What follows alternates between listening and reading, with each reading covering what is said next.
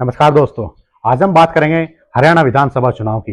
हरियाणा विधानसभा चुनाव की तारीखें जैसे जैसे नजदीक आ रही है, ऐसे हरियाणा की सियासत में हर दिन नए बदलाव देखे जा सकते हैं। वहां राजनीति का भूचाल आया हुआ है। जहां नए मोहरे चुनावी मैदान में उतर रहे हैं, वहीं पुराने मोहरे अपनी ही पार्टी के खिलाफ बगावती सुर छेड़े हुए हैं। वे बगावती सुर सबसे ज्यादा भाजपा में देखे जा सकते हैं, या भाजपा के अंदर खाने जो कार्यकर्ताओं में विरोधाभास चल रहा है, वह किसी पार्टी में इतना नहीं है जितना भाजपा के अंदर देखा जा सकता है। भाजपा के प्रत्याशियों की जैसे ही सूची जारी होती है, वहां पूर्व मंत्री या पूर्व विधायक कहें या कार्यकर्ता या बड़े पदाधिकारी कहें, सभी के बगावती सुर सुने जा सकते हैं। अपनी पार्टी के खिलाफ चुनावी मैदान में दलीय तौर पर चुनावी अखाड़े में उतरने का ऐलान कर देते हैं। भाजपा जहां इन दिनों अपनों को मनाने में जुटी है, वहीं कांग्रेस ने एक नया दांव चल दिया है। सियासी अखाड़े में कुश्ती के अखाड़े के सूरमाओं को उतार दिया है। बजरंग पूनिया और विनेश फोगाट को कांग्रेस ज्वाइन कराकर कांग्रेस ने सियासी अखाड़े में एक नया दांव चल दिया है। या यूं कहें कि पिछले दिनों जो विनेश फोगाट प्रकरण को लेकर हरियाणा की सरजमी पर मामला तूल पकड़ा था, उसे भुनाने की फील्डिंग कांग्रेस ने बिछा दी है। कांग्रेस ने दोनों को पार्टी ज्वाइन कराने के बाद विनेश फोगाट को जुलाना विधानसभा सीट से चुनावी मैदान में उतारने का ऐलान कर दिया है।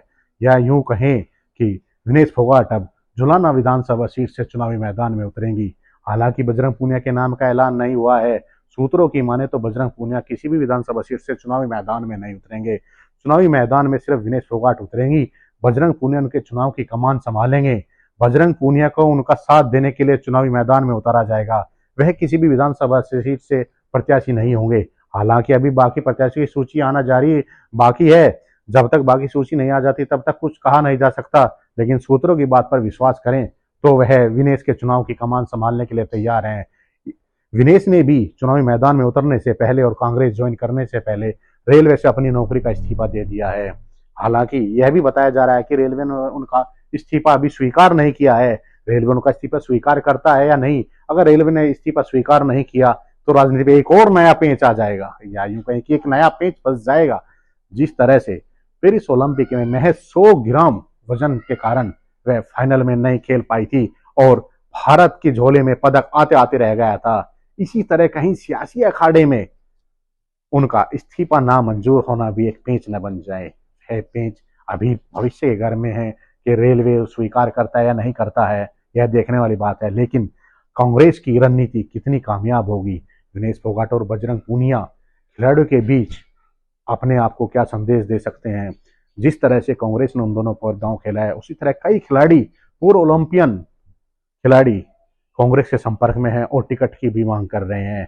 या यूं कहें कि कांग्रेस इन दिनों खिलाड़ियों पर दांव चलने के लिए अधिक रुचि दिखा रही है।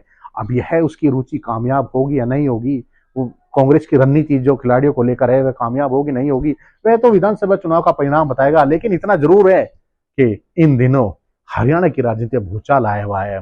भाजपा हो, कांग्रेस हो, कांग्रेस अपनों को टिकट दे रही है, जबकि भाजपा में जो दूसरी पार्टी से आ रहे हैं उनको तवज्जो देने का विरोध ज्यादा चल रहा है।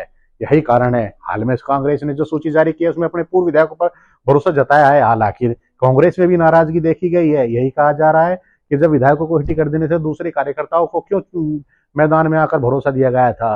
अब देखना है दोनों पार्टियों में बगावती सुर कहां जाकर रुकते हैं। विनेश और बजरंग का दांव कांग्रेस को कितना मुफीद साबित होता है। भाजपा में टिकट न मिलने से नाराजगी चल रही है, उसी तरह कांग्रेस में भी इस्तीफों का दौर शुरू हो गया है। भाजपा में इस्तीफे पर इस्तीफे आ रहे हैं, कांग्रेस में भी इस्तीफे पर इस्तीफे शुरू हो गए हैं।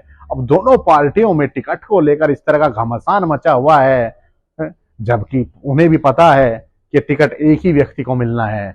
लेकिन सभी अपना अपना नाम सोचकर बैठे थे। हर कोई ये सोच रहा था कि टिकट आपको मिलेगा।